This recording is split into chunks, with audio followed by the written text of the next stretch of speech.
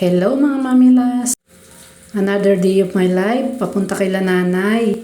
Mabilis naman ako nakakarating doon, lalo na dito ako dumadaan sa may shortcut. Dati nang hindi pa ako nagpupunta kay nanay dyan, naglalakad ako dito sa amin pabalik-balik para exercise. Ngayon hindi ko na kailangan, papunta lang kay nanay, exercise na. Katulad niyan, ayan na ako sa kanila. Ilang araw ko diyang hindi nadilig ang halaman. Nanilaw tuloy ang bunga ng ampalaya. Sayang. Dapat pala kinuha ko na kahit isang piraso. Una ko nga muna pala diyang gawin ang pagbababad ng isda. Kasi magpipirito lang ako. Tsaka ako kinuha ngayon ang mga pinagkainan nila. Hinugasan ko na rin ang lahat. Nang mahugasan ko na, ipag-aayos ko na sila ng kakainin nila. Alam mo naman si nanay, napakabilis magutom.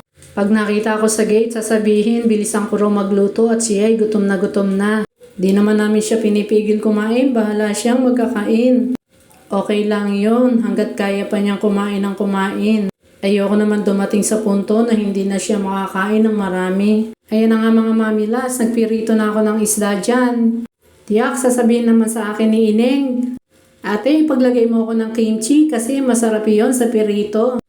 Habang pinipirito ko nga ang galunggong, may ginagawa na akong iba. Pinaglagay ko sila ng inumin. Pagkatapos, kukunin ko yung arinola nila at itatapon sa banyo ang laman. After nyan, lalabang ko naman ang pinagdumihan ni nanay ko. Pagkatapos kong magawa ang lahat, nagpaalam na ako dyan sa kapatid ko.